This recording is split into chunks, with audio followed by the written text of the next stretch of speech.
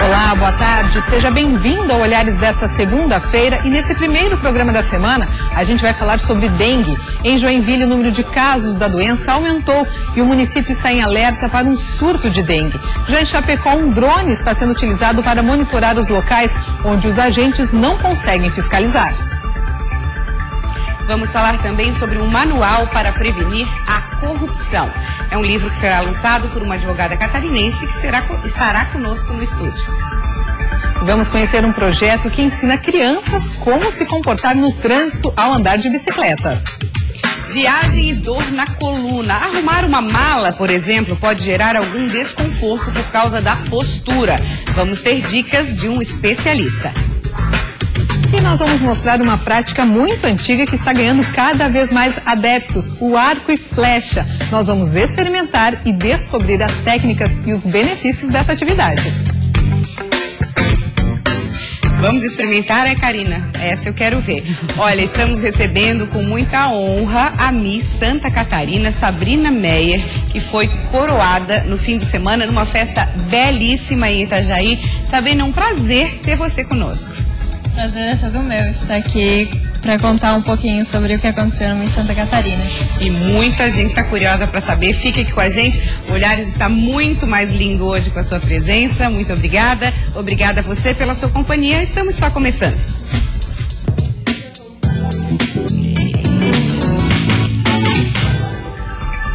Em Joinville, o número de casos de dengue aumentou. O 9º caso contraído dentro do município foi confirmado e agora já soma 35. O número de pessoas com a doença deixou a Secretaria de Saúde em alerta para um possível surto na cidade e por isso se prepara para novas ações de combate.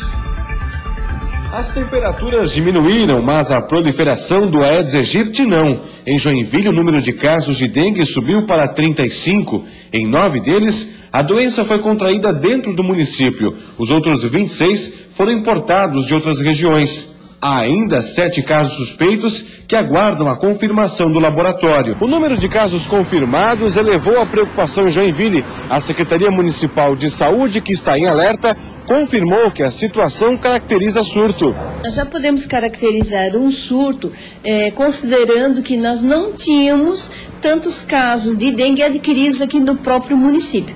Tínhamos sim pessoas doentes de dengue, mas que se contaminaram em outros estados e trataram aqui. A rotina dos agentes de saúde se mantém. Eles continuam as visitas de porta em porta para verificar o acúmulo de água parada nas residências. Eles também estão de olho nas armadilhas montadas para identificar focos do mosquito.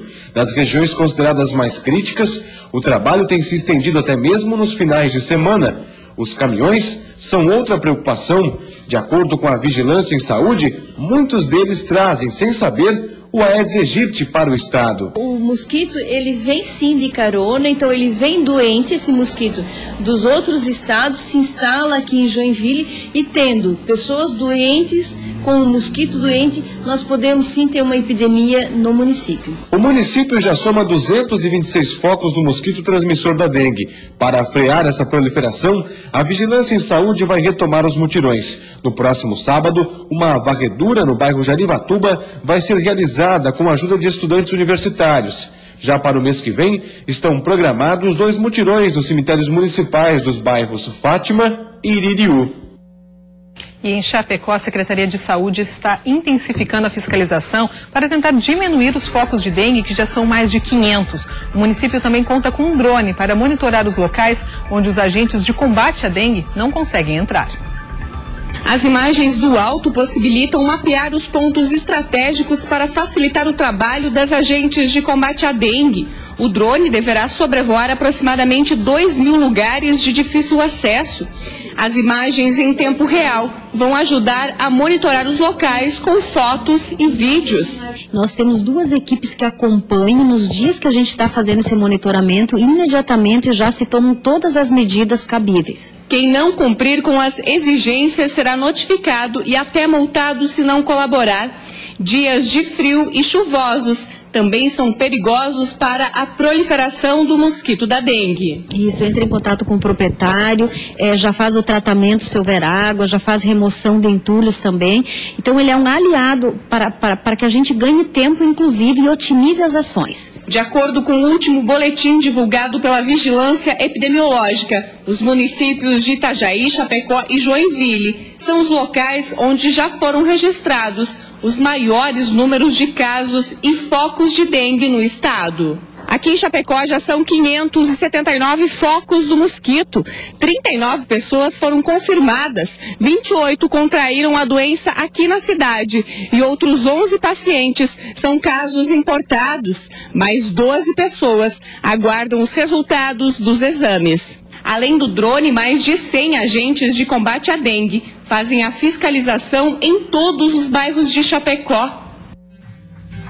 Um guia anticorrupção para empresas públicas e privadas. Esse é o livro da advogada e palestrante Anne Caroline Prudêncio, que está aqui com a gente hoje.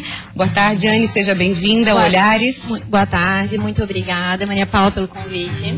Quando a gente fala em anticorrupção, no Brasil a gente tem uma lei que está muito atrasada, é muito recente ainda, se comparada com outros países, né? Exatamente.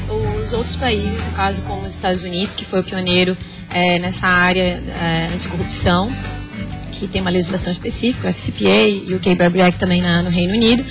E nós, recentemente, também agora temos a lei anticorrupção, que entrou em vigor ano passado, 29 de janeiro de 2014, e foi regulamentada recentemente também há 2 meses. É muito recente para a gente falar em cultura dessa questão anticorrupção, de prevenção de corrupção, já que a cultura no Brasil a gente sabe muito bem que não é essa. Exatamente, Maria Paula. Atualmente as empresas elas estão já começando a se preocupar com os seus programas de integridade, os programas de compliance e éticos, justamente para prevenir a corrupção dentro das empresas e para evitar que se pague propina, digamos assim, ao grosso modo, aos entes públicos. Isso você fala de empresas públicas e privadas, é isso? Exatamente. A nossa lei, na verdade, somente ela proíbe a corrupção pública. É o pagamento de qualquer vantagem devida para o agente público. Desvios de verba, que a gente sabe de todos os escândalos que estão estourando aí. Exatamente. É o que está ocorrendo agora na Lava Jato, que todos conhecemos. E a nossa lei, apesar de ela ser chamada anticorrupção, ela também proíbe fraude a licitações, manipulação de contratos públicos e obstrução de investigação. Então ela é um pouco mais abrangente do que só a proibição da corrupção.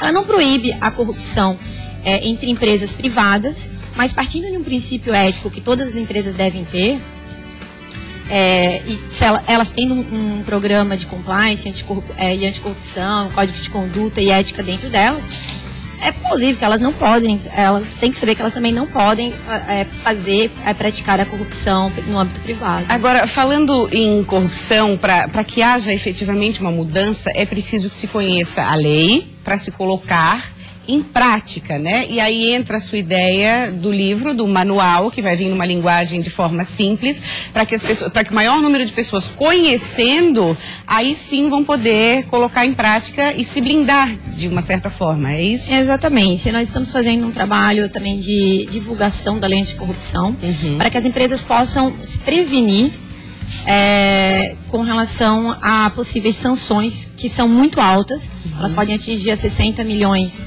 de reais ou até 20% do faturamento bruto da empresa do ano anterior. Então, realmente as sanções são muito altas.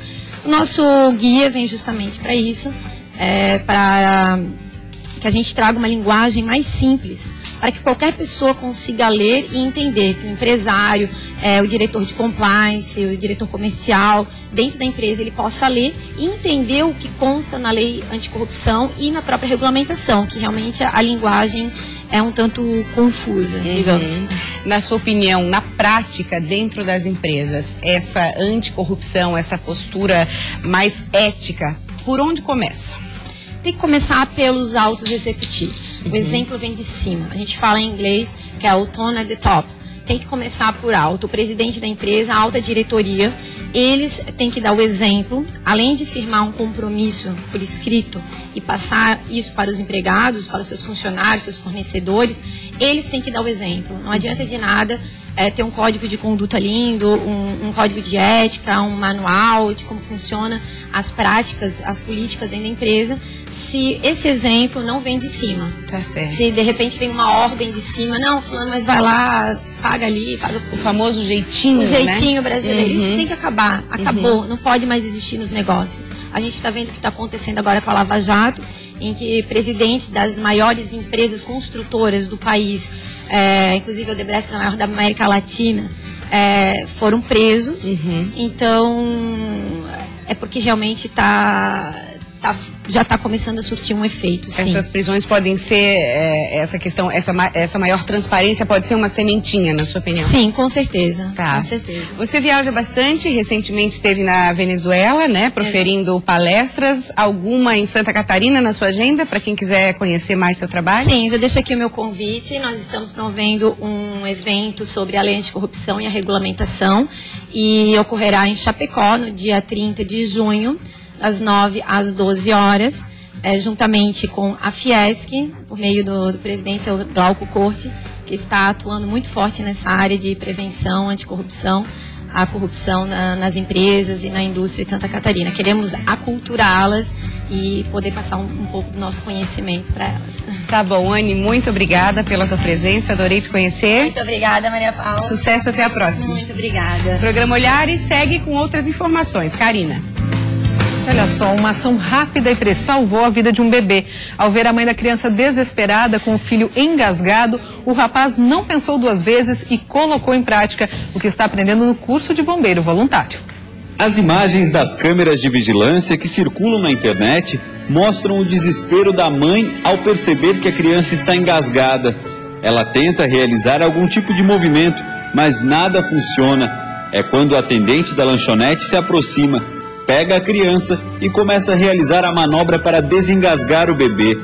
Poucos segundos depois, a criança começa a chorar e volta a respirar. Um fator foi determinante para o sucesso do procedimento. O atendente da lanchonete é aluno de um curso de bombeiros comunitários aqui de Tubarão e ele já havia aprendido na teoria o que pôs em prática. Vitor tem apenas 18 anos. Ele conta que foi com um pequeno pedaço de plástico que a criança acabou engasgando. O jovem, que sonha em ser bombeiro militar, trabalha há 6 meses na lanchonete. Eu chego perto, me aproximo e falo, inclina a criança e bate nas costinhas. Mas nem dá tempo de eu falar, ela já entrega a criança e eu faço a manobra correta. A sensação é muito boa, né? Salvar a vida é a melhor coisa que tem. Isso só prova que o que eu quero mesmo é ser bombeiro futuramente. Para o Tenente Araújo, do Corpo de Bombeiros, que inclusive já ministrou algumas aulas ao jovem, o procedimento para desengasgar foi realizado com precisão. Utilizando um boneco, o bombeiro mostra quais movimentos são ensinados no curso. Se a pessoa for habilitada, se a pessoa tiver aptidão para tal procedimento, então ela deve segurar a criança de forma bastante firme, com as pernas um pouco mais elevadas que a cabeça, abrir um pouco as vias aéreas da criança, segurando o queixo aqui, abrir um pouco aqui a boca. Esse procedimento a gente chama de tapotagem, que é justamente mais ou menos um tapa mesmo. Não muito forte, para não acabar lesionando. Lembrando que é uma criança, então ela tem os órgãos bastante informação ainda, ossos, por exemplo, e nem tão fraco que não seja tão efetivo. A ação rápida e precisa de Vitor foi fundamental para que a vida da criança fosse salva. Mesmo antes de se formar, o rapaz já demonstrou o espírito exigido para uma função tão importante, que é salvar vidas. A gente sempre tem que bombeiro militar, na verdade, é muito mais profissão, né? É um estilo de vida, a pessoa tem que nascer com isso. E como se percebe, o Vitor nasceu com isso, tá nas suas veias o sangue bombeiro, então com certeza vai ser extremamente bem-vindo na nossa corporação, primeiramente como bombeiro comunitário e depois como bombeiro militar, mas é extremamente louvável a atitude dele. Que história, hein, Karina? Que história, né? O Vitor, a gente pode dizer que está na profissão certa, escolheu a profissão certa que quer seguir. Com certeza vai ser um ótimo bombeiro. As 1001 utilidades do plástico. Daqui a pouco vamos ver as peças criativas que surgem a partir da reciclagem e gera muito estímulo para as crianças. Uma conversa com a Sabrina Meyer, eleita Miss Santa Catarina de 2015. Fique com a gente que nosso intervalo é bem rapidinho.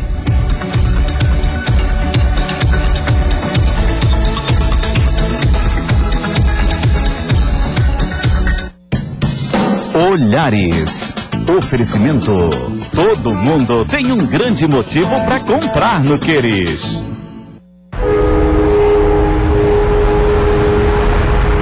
Todo ano, 50 milhões de toneladas de eletrônicos são jogadas no lixo comum, causando danos ao meio ambiente e problemas de saúde pública. E sabe o que é pior? Carregar esse peso na consciência. Acesse www.cdisc.org.br e saiba como descartar corretamente seus eletrônicos antigos. Assim como eu, você está precisando construir ou reformar? Aqui nas Casas da Água você encontra tudo o que procura. Atendimento diferenciado, grande variedade, preço justo, condições especiais e pagamento em até 10 vezes no cartão. Entrega grátis, rápida e segura. Viu só? Aqui você encontra tudo em eletro e materiais de construção. Venha para as Casas da Água e aproveite. Casas da Água, soluções inteligentes para a sua casa. Imperdível! No Queires, o melhor preço à vista, com a menor prestação no carnê. TV LED 32 polegadas, somente R$ 890 à vista, ou 64 mensais. Fogão inox, 4 bocas, com acendimento automático, só R$ 390 à vista ou 28 mensais. Ofertas imperdíveis. Forno elétrico, 44 litros, só R$ 290 à vista, ou 21 mensais. Promoção Motivos Premiados. Compre e concorra a 4 carros e 6 motos. O Brasil Urgente Santa Catarina traz a realidade das ruas. Quer notícia? Em todo o estado você vai ver aqui na tela da Band. De segunda a sexta, 4h15 da tarde. Você vai ficar muito bem informado.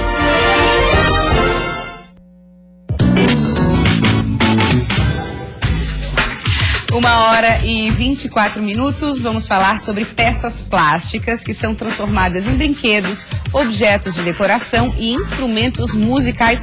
O que a imaginação permitir. Tudo, gente, para estimular a criatividade e o cérebro das crianças. Que delícia, o Natan já está aqui se divertindo enquanto a gente faz entrevista. Fernando, seja bem-vindo, tudo bem? Tudo bem. Deixa eu dar as boas-vindas para os pais do Natan também, Cristiane e Clésio, obrigada por terem vindo. Então vamos começar da ideia, né? Vocês fabricam as peças de plástico. Exato. A ideia começou, na verdade, há algum tempo atrás, há 4 anos. Somos um grupo de professores de ciências e há muito tempo desenvolvemos materiais educacionais. Né? Pensando na possibilidade da criança ou do adolescente criar o seu próprio material de estudo, foi idealizado esse produto com o objetivo de simular uma realidade que existe no cotidiano dele. Tá. Por isso mesmo nós temos aí peças plásticas que correspondem a parafusos, a porcas, a ferramentas, porque a partir dali você consegue fazer uma conexão com o mundo real. Que é essa aqui, por exemplo, né, que professor? Essa aí, por exemplo, essa é um aqui parafuso. Posso mostrar aqui, né? Aqui. Um parafuso de uma bitola comercial, inclusive, se ele quiser usar uma porca de metal, ele pode usar também. Esse é o objetivo. Vai encaixar tá. E vice-versa, né? Sim. E não só isso, como também a estrutura toda, né, de encaixe. Sim, aí faz sentido porque fica próximo da realidade. E né? também fazemos as conexões com as disciplinas de matemática, física, ciência e tudo mais. O que é muito mais lúdico. Muito mais lúdico e interessante. Né? Sim, fica mais agradável. Eu tinha falado antes no bloco da questão de ser reciclável, então não é plástico. O material não é reciclável, tá. Né, porque é material de primeira qualidade. Tá. Mas o reciclável seria você montar e desmontar várias coisas. Reciclar é infinito nas ideias. É tá. infinita as posições, infinitas as possibilidades. Tá, o Natan criou um arco e flecha. Vamos mostrar, Natan? Eu me interessei porque daqui a pouco... Opa, caiu um robô.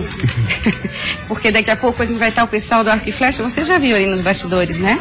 Já. Deixa eu pegar aqui o microfone, por favor. Pega emprestado aqui do pai. Já viu ali fora? Já. E aí, gostou? Muito. Fala um pouquinho do arco e flecha aqui. Como é que você construiu ele? A flecha foi simples. Tem várias peças grandes dessa daqui de 9 buracos. Tá. Se junta, pega um parafuso com o número 3 e cada parafuso é diferenciado por um tamanho. Tá. Tem tamanho 1, 2, 3 e 4. Tá, que aí, maior. Que aí é o que vai encaixar aqui, tá. Tu pega 2 de 4 buracos, de número 3 e aperta com essa chavezinha. Joga o parafuso na ponta e aperta.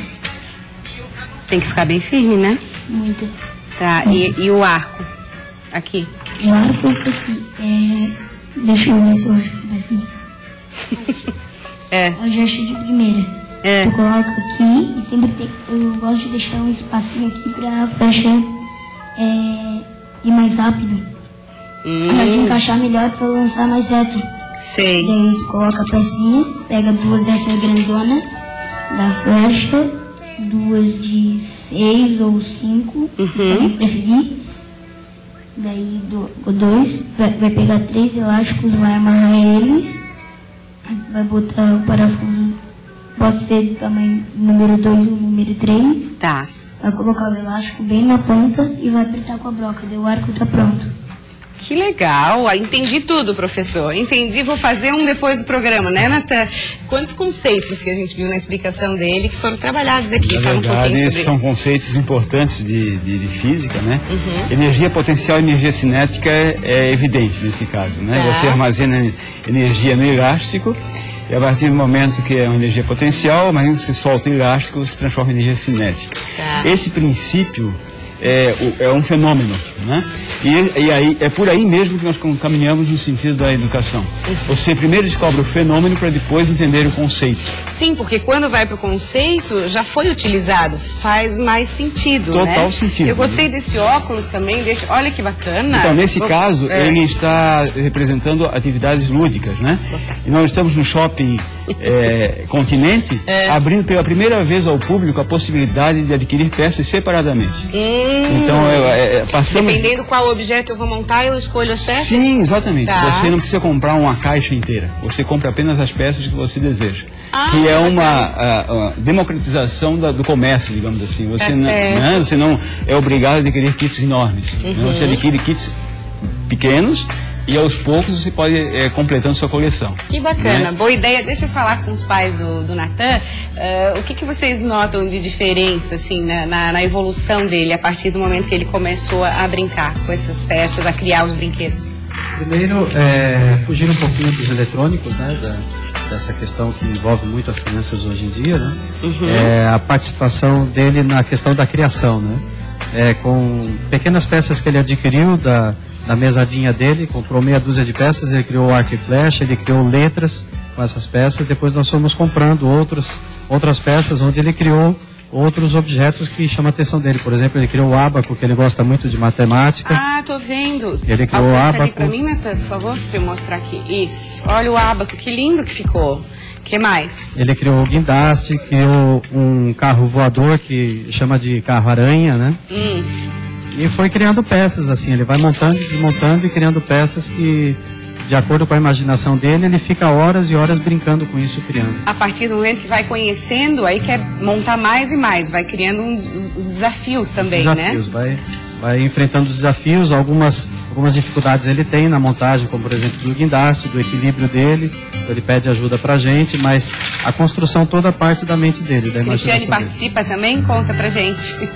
Na verdade, assim, o Natan, ele sempre foi uma criança bem criativa e extremamente educada, e ele nunca foi de se fixar, e o Cláudio também sempre trabalhou muito isso, para que ele não fique só no tablet, só no computador, são coisas que ele também tem, e que ele possa desenhar e também desenvolver muito a criatividade dele. E ele é extremamente criativo, e ele, quando você menos espera e vê, até o arco, quando ele viu e comprou as pecinhas, ele exatamente sabia o que ele queria e sabia o que ele ia montar. E daí quando não tinha para fazer a parte ali, que nem ele comentou, das borrachinhas, né? Ele então pegou e juntou, porque ele faz escotismo e daí ele é excelente em nós e amarras. Então ele aproveitou isso e daí adaptou e conseguiu realizar o que ele queria. E a gente vê que ele tem uma vontade imensa de criar e de brincar com coisas que são criativas, né? Ele já definiu que quer fazer curso de robótica já. Ah, sem dúvida. Sem dúvida. Parabéns, obrigada, sucesso, obrigada a vocês por estarem aqui. Professor Fernando, muito obrigado, parabéns pela iniciativa e até uma próxima oportunidade, tá? Agora vamos falar de Miss Santa Catarina 2015. Karina? É isso mesmo, o final de semana foi de muito charme e beleza em Itajaí. Na noite de sábado foi eleita a mulher mais bonita do estado. 21 meninas disputaram a coroa, mas Sabrina Meyer foi eleita a grande vencedora e levou o título de Miss Santa Catarina 2015.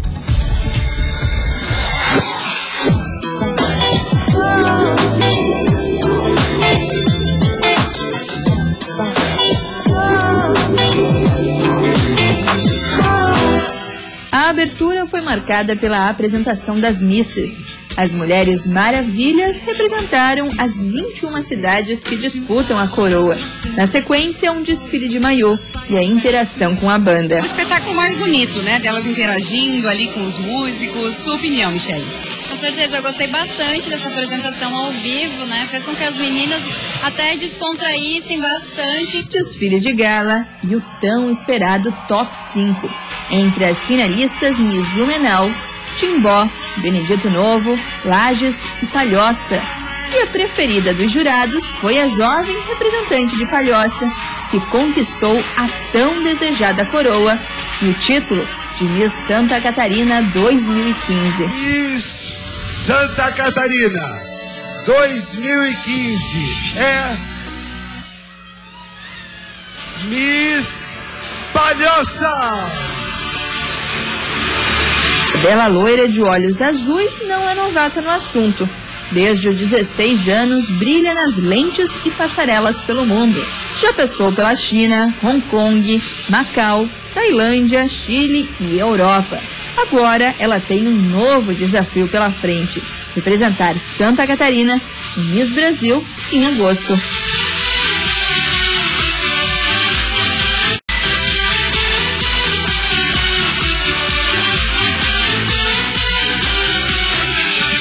Em segundo lugar na disputa ficou a candidata de Lages, Priscila Rosa. A representante de Timbó, Jéssica Vitorino, de 19 anos, ficou com o terceiro lugar.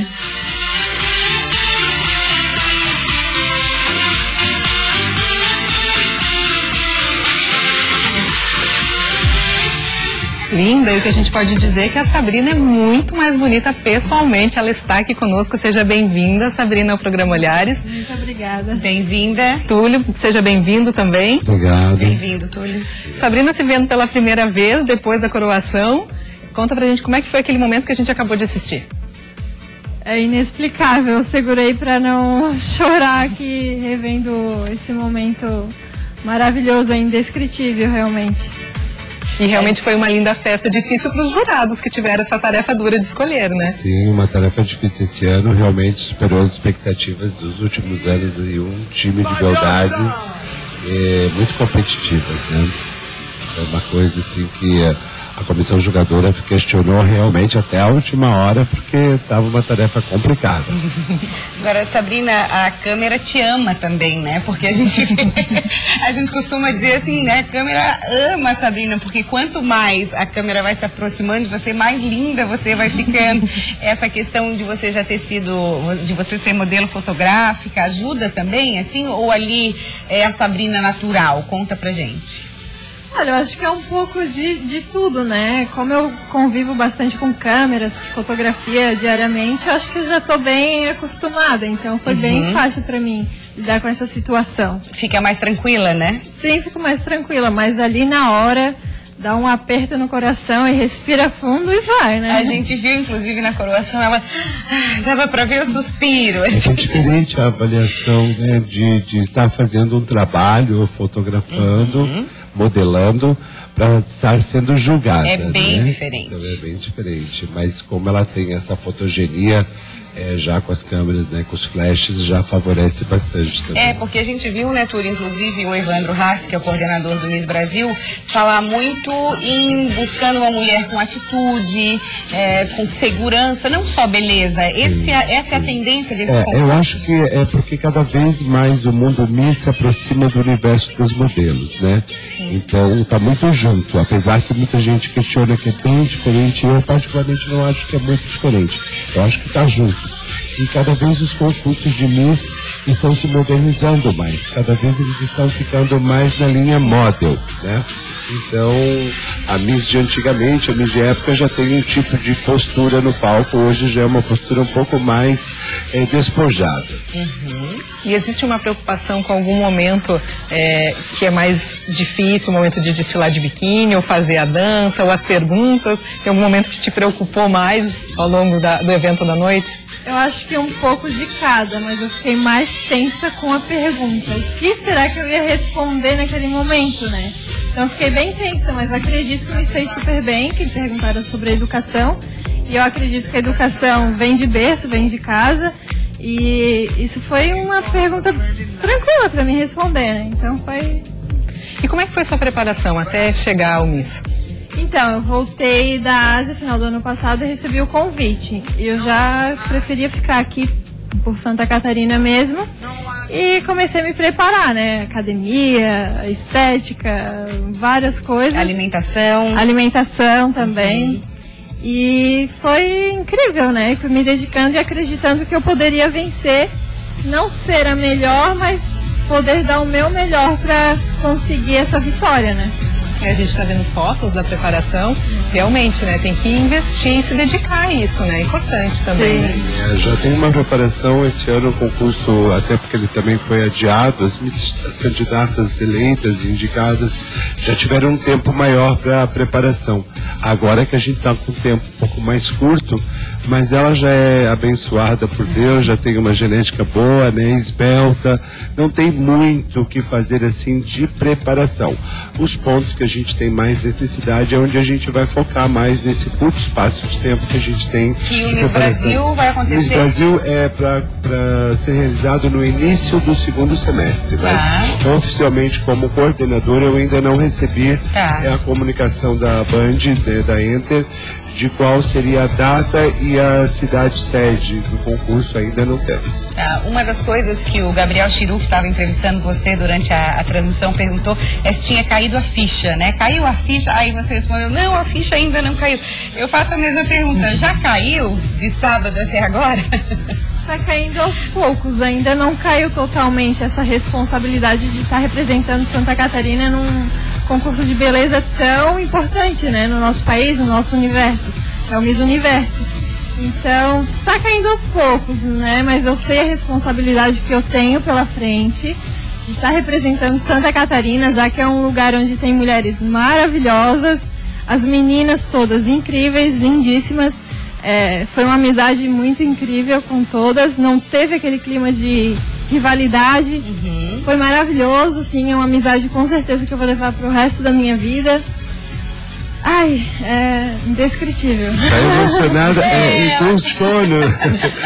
Só imagino, ela estava dizendo pra gente, até a título de curiosidade, assim, que ela foi dormir, quando acordou, tinha quantos seguidores nas redes sociais?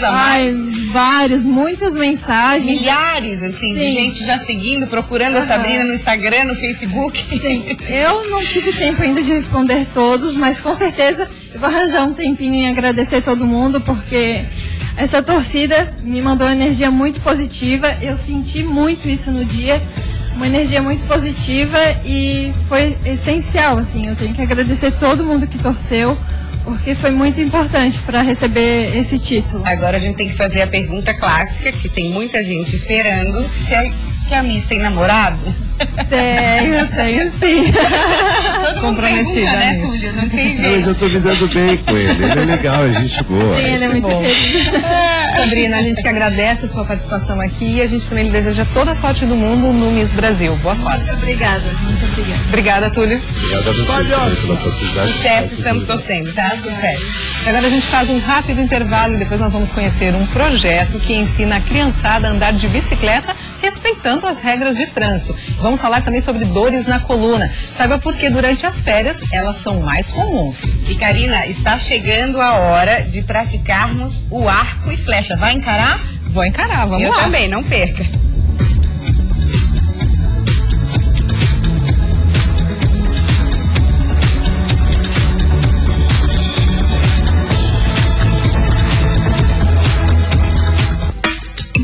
Uma 8h44, mês de julho se aproximando, sinônimo de férias para muita gente. Só que, por incrível que pareça, muitas vezes essas férias podem acabar com dores na coluna. Qual é essa relação? A gente vai conversar sobre o assunto com o Leonardo, que é fisioterapeuta. Muito bem-vindo ao programa Olhares, tudo bem? Tudo bem, boa tarde, obrigado. E aí eu já vou dar um exemplo.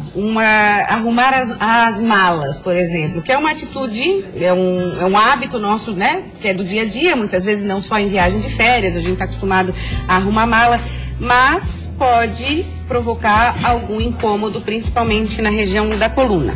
Correto. Como você falou, as férias estão chegando, muita gente aproveita para viajar. E eu recomendo sempre, na hora de ajeitar as malas, colocá-las principalmente num ambiente mais alto. Então, geralmente a gente está acostumado a colocar em cima da cama, que está mais próximo ao guarda-roupa, enfim. E a cama é um local muito baixo. Certo. Então vamos levantar já para mostrar aqui. Perfeito. Cama é errado colocar, mesa do estúdio é errado colocar. Sim, tá muito baixo aqui. Tá muito baixo. Então, eu vou primeiro demonstrar o errado, que seria como se estivesse em cima da cama ou aqui nessa mesinha. Tá. Queríamos fazer esse movimento. Aqui. Isso aqui vai aumentar muito a curvatura da coluna, flexionando demais, sobrecarregando o disco. Então, o correto, caso não tenhamos um local maior e temos que se adaptar a uma mesa como essa, o correto seria agachar, dobrar os joelhos e aí sim vir aqui e colocar, abrir a mala e colocá-la dentro do... Entendeu? Então, a minha coluna aqui tá reta. Vai forçar mais o músculo da coxa. Da coxa da coluna. E dobrar os joelhos. Tá. Os joelhos, eles são uma dobradiça, então foram feitos para dobrar. Isso. Então, a gente dobra. Se vai ter que passar por muito tempo, a dica é sentar num banquinho. Então, aqui, você vai sentar... Como eu tava aqui, eu posso sentar aqui mais ou menos na altura? Pode, isso. Puxo mais perto? Correto. Até mais ou menos nessa altura tá ideal. Aqui eu vou pegando as coisas aí você vai pegando aqui. E vai colocando na mala. Nunca em pé, flexionando, porque isso vai aumentar bastante, podendo gerar problemas futuros e aí acabar com a viagem, que seria a ideia de ajeitar a mala. No princípio, pessoal, mas é uma coisa simples, mas são movimentos que a gente não está muito habituado no dia a dia também, né? E acaba forçando. Acaba sim. E a gente está falando aqui apenas no arrumar as malas, mas também é interessante e importante falar sobre o local de colocar essa mala quando ela sai de cima da mesa, de onde está arrumando. Que será no bagageiro do carro, será na esteira do aeroporto, entendeu? Sim, então, você tem que tomar certos cuidados para que isso não venha prejudicar a sua coluna. O famoso mau jeito. Correto. Fui pegar minha mala, estava muito pesada e dei o mau jeito. Correto. Então, o ideal sempre é pegar a mala... A gente está vendo lá, perfeito. Dobrando a roupa. Olha lá o que eu falei. Então, agora está mostrando em cima da cama o errado. Porque ela está fazendo uma flexão da coluna, principalmente lombar. E a parte de baixo, ela está em cima, parece até ser uma mesa de passar, mais alto. Está arrumando a mala ali em cima e está com a coluna totalmente reta. Olha quanta diferença. Então isso é o que a gente estava tentando exemplificar aqui. E por exemplo, aqui voltando pro agora estúdio, na esteira. Isso. Na esteira. Agora na esteira do aeroporto, ele está, na primeira foto errada, ele está com as duas bases da perna voltadas para a esteira, flexionando o tronco, certo? E a de baixo, ele já alterou a base, a gente consegue visualizar na figura que ele alterou a base da perna, e aí retira a mala. Sempre lembrar que qualquer esforço, seja ele na mala, seja ele arrumando a mala ou pegando a mala em algum local, mantenha o abdômen contraído. Então contrai o abdômen, força no abdômen. Porque aí eu vou ter mais força até para ficar com a coluna reta, Correto, né? E vai manter estabilizado as vértebras e diminuindo a pressão intradiscal. Tá, voltando aqui no estúdio, Leonardo, se eu vou dobrar essa toalha, se eu fizer isso aqui já está errado. Correto. Certo? Certo. Então eu teria ou suspendo a minha base de apoio, ou eu abaixo e dobro aqui. Perfeito. Tá. Esse seria o ideal. Você agachar para movimentar isso aqui, vai estar forçando a sua coluna lombar. Então, isso serve para qualquer coisa. Tem gente que reclama muito assim, a mudança, vai viajar, aí o colchão, o travesseiro, né, quem está acostumado com o travesseiro mais baixo, aí pega um hotel ou alguma casa que tenha travesseiro mais alto, isso também incomoda, né? Altera bastante. Eles podem tentar se organizar para ser o mais parecido do que tem em casa, mas é bem importante também cuidar na posição de dormir. Então, independente se é em casa ou fora, em hotel, pousada, onde estiver indo, a posição de lado, deitar de lado, com um travesseiro entre os joelhos e um travesseiro embaixo da cabeça, essa é a posição correta, ideal para a coluna vertebral. Tá, e no caso da mala, voltando aqui, sempre de rodinha facilita a vida. Facilita a vida de todo mundo, né? Então, mas é importante ter rodinha e ter um puxador alto também. Porque se for com rodinha e um puxador baixo, você vai ter que também flexionar.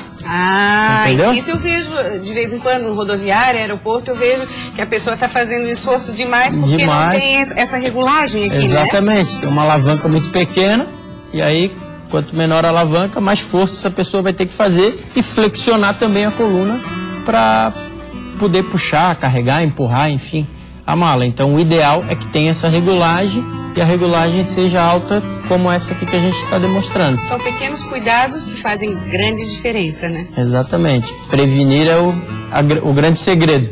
Tá, ok. Muito obrigada pela tua presença e até a próxima. Muito obrigado. Karina, com você.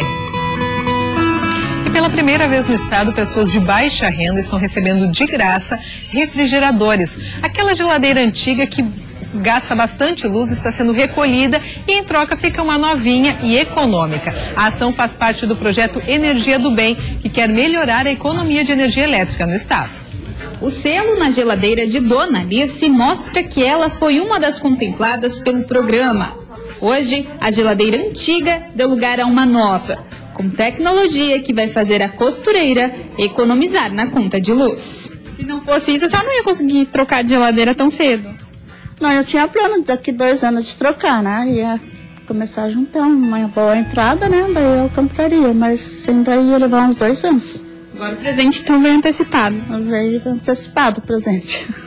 Assim como a Dona Alice, mais de 18 mil pessoas no estado serão beneficiadas até dezembro deste ano. Para ter direito ao eletrodoméstico, a pessoa precisa estar cadastrada nos programas do governo federal. Cadastro ativo na tarifa social da Celesc. Até janeiro de 2014 receberá uma visita e será feita a substituição do equipamento. O processo de registro de cadastro e entrega funciona de forma online. Os refrigeradores que foram substituídos vão para o descarte. O gestor do programa explica que, além dos refrigeradores, foram distribuídas 150 mil lâmpadas fluorescentes e 5 mil aquecedores solares. É um projeto que é totalmente gratuito, ninguém paga nada, ninguém compra nada, é totalmente gratuito. São 18 mil geladeiras em todo o estado, nós começamos por Chapecó, região de Chapecó, estamos na região de Lages, vamos para Mafra e depois temos Joinville, temos a Grande Florianópolis e temos ainda Criciúma para fazer. Com isso, a economia nos lares catarinenses pode chegar a 20%. Isso representa mais de 20 mil megawatts por ano. Energia suficiente para abastecer uma cidade com 85 mil unidades consumidoras durante um ano. E andar de bicicleta é sempre bom, não é mesmo? Ainda mais quando você é criança. E em São José a diversão está sendo aliada da conscientização. Um projeto ensina as crianças e os jovens a serem ciclistas responsáveis no trânsito. E o melhor é que as aulas do projeto Ciclista Cidadão são gratuitas e há vagas abertas. Andar de bicicleta sempre foi uma das atividades preferidas das crianças, mas aqui elas também aprendem. As aulas do projeto Ciclista Cidadão vão além do pedalar. O que a gente procura ensinar aqui no projeto? Socialização da criança, como se comportar no trânsito, como usar uma bicicleta, como fazer manutenção de uma bicicleta. A gente também ensina alguma coisa como de primeiros socorros. O local possui placas de trânsito, sinaleira e faixa de pedestres. Os alunos participam de um trajeto que faz a simulação de uma rua, com quebra-molas e até ponte. O projeto Ciclista Cidadão proporciona às crianças e jovens uma atividade educativa e formativa, criando hábitos de vida saudável e integração social através do esporte. Natan está aqui acompanhado da mãe para a sua primeira aula. Tem as placas, tem sinaleira, já sei que a consciência, ele sabe que tem que parar, sabe que, né? O sinal, tudo certinho. É bom, bem legal e tem coisa para fazer. Bia conhece o projeto há mais tempo. Ela já está na 3ª aula. Eu gosto bastante porque não tem movimentação, é quietinho. Por enquanto tem poucos alunos, aí fica mais quieto, mas é bem bom. As aulas são gratuitas e o projeto oferece também todos os acessórios de segurança, como capacete, além da bicicleta. Para participar, basta procurar a Fundação de Esportes de São José e se inscrever.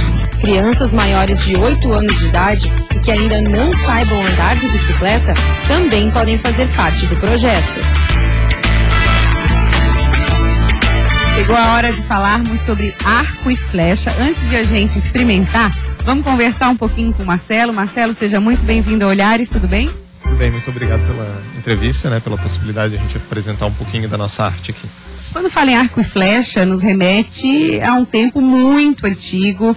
Inscrições até dentro das cavernas já tinham desenhos de arco e flecha. De que forma que hoje o arco e flecha é trabalhado? Qual foi essa evolução dessa prática? Bom, hoje em dia a gente não utiliza mais o arco e flecha com os propósitos que se usava antigamente, né? Primeiramente foi pela caça e depois como uma ferramenta de guerra. Hoje a gente trabalha o arco e flecha com um intuito mais interno, do aluno despertar um pouco mais de foco, de concentração, desenvolver um pouquinho os objetivos dele, colocar aquilo em prática e disparar a flecha, que a gente diz, né? Colocar o objetivo dele na ponta da flecha. E a partir de que idade já dá para começar a praticar o arco e flecha?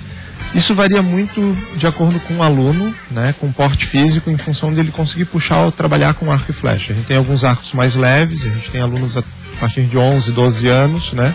E para alunos de idade inferior teria que ter um arco adaptado daí, porque o arco não conseguiria puxar o arco e trabalhar com arco e flecha que a gente utiliza. Qual é o material do arco e flecha? Como que ele é feito? Existem diferentes tipos, então? Sim. A gente trabalha com um arco composto, ele é feito de diversos materiais. Dá licença só para pegar um para a gente mostrar, pode ser? A gente consegue trazer um aqui. Esse nosso arco, atualmente, ele é feito com madeira e fibra de vidro, né? E a madeira na orelha e a corda é sintética, né? Mas ele poderia ser feito de diversos materiais. Esse é o material mais prático para ser utilizado hoje em dia para fabricar o arco, né? O arco é feito por um artesão para a nossa escola, lá na Argentina. Todos eles são trazidos de lá e vendidos aqui para os alunos praticarem dentro da nossa escola. E existem tamanhos diferentes conforme a estatura do aluno? Não, o tamanho é o único, que é diferente é o peso dele, a libragem que a gente diz, né? Que é o quanto de força que tem que fazer para puxar o arco. Quanto custa mais ou menos, Marcelo, um arco desse? Tranquilo. E qual é a distância que uma flecha consegue atingir? Dependendo da libragem, alcança até 600 metros. Olha só. É o que você vai fazer hoje? 600 metros? Pratiquei o final de semana todo e vou conseguir. Tá. E antigamente, eu não sei se ainda existe, mas era um esporte olímpico, né? Ainda faz parte das Olimpíadas? Sim, a arqueria olímpica é uma arqueria com outro tipo de arco, com outro tipo de flecha, né?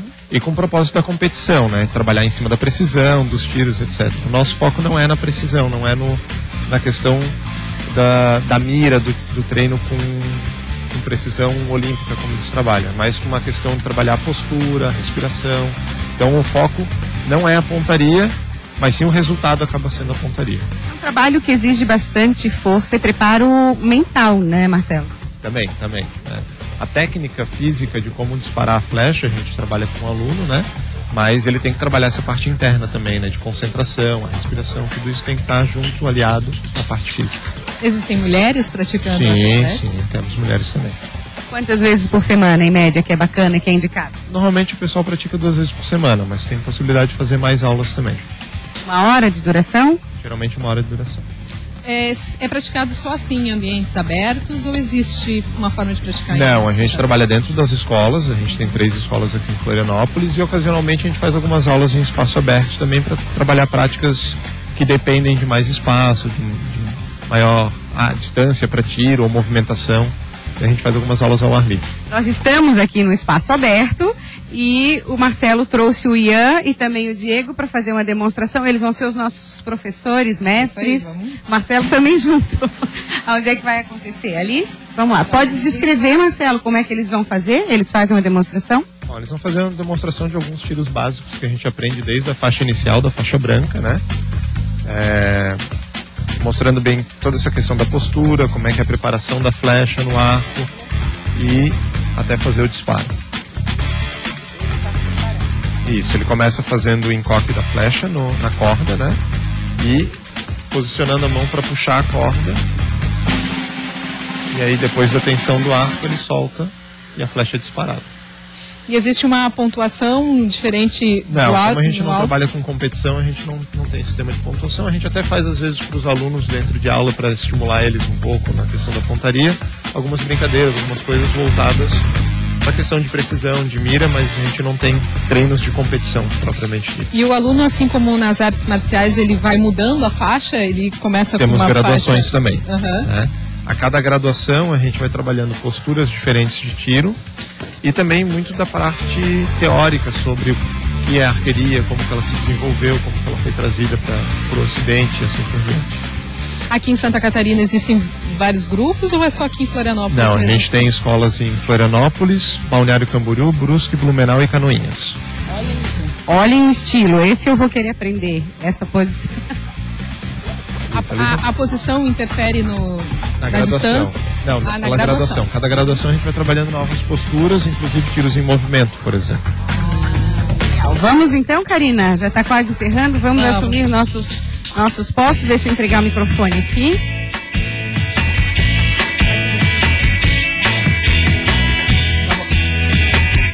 A Maria vai experimentar.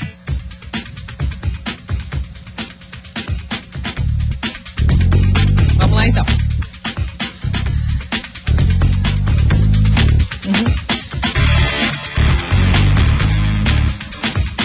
A Maria é pesada? Não, vamos usar o mais levezinho para ela começar. Tem essa preocupação também, em começar com o mais leve para ir se adaptando. Isso, a ideia não é utilizar um arco muito pesado, porque como a gente não tem esse propósito da competição, da distância, etc., isso não é o importante na prática. Uhum. O mais importante é que o aluno consiga fazer a postura, consiga fazer o tiro. Então, é mais interessante que o arco seja leve e ele não tenha essa dificuldade em puxar o arco, do que ele ficar lá brigando contra o arco em função da força que ele tem que fazer e não conseguir fazer um bom tiro. Sim. Já nas primeiras aulas já é fácil acertar o alvo? A gente já tira e já acerta o alvo, sem problema. Vamos ver se a Maria... Ele está explicando para ela como posicionar, né? Como posicionar a flecha no arco. Tem um encaixe, né? Pelo que a Maria está comentando.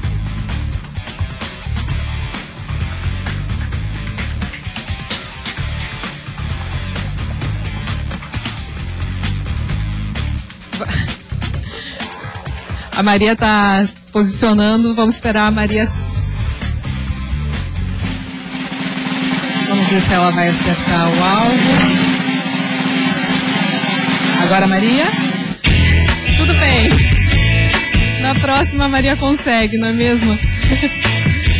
A gente agradece a participação de vocês aqui. Tem um curso, né? Tem uma aula gratuita aqui em Florianópolis, Isso. Os alunos podem... A gente está preparando um evento nesse próximo final de semana, só que a gente já está com lista de espera, porque a gente já encerrou as vagas. Quem quiser ficar para a próxima, então. Quem quiser, a gente vai marcar novas aulas daí. Ok. A gente agradece a sua companhia. O Olhares volta amanhã. Uma boa semana para você. Tchau, tchau. I'm on you, baby.